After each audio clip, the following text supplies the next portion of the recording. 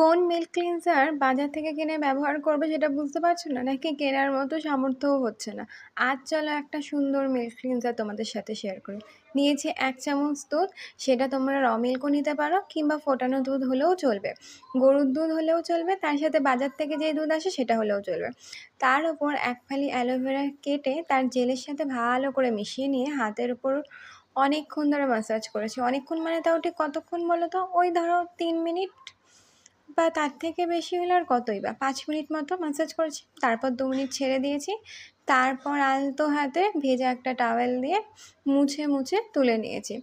আর হাতটা যে ঠিক কতটা ক্লিন হবে সেটা তো আমি বুঝতে পারছি, কিন্তু তোমাদের বোঝার জন্য তোমাদেরকে একবার নিজেদের ফেসের উপর অ্যাপ্লাই করে দেখতে হবে।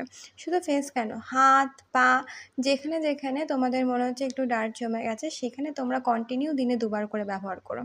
আজকের জন্য এটুকুই, টাটা।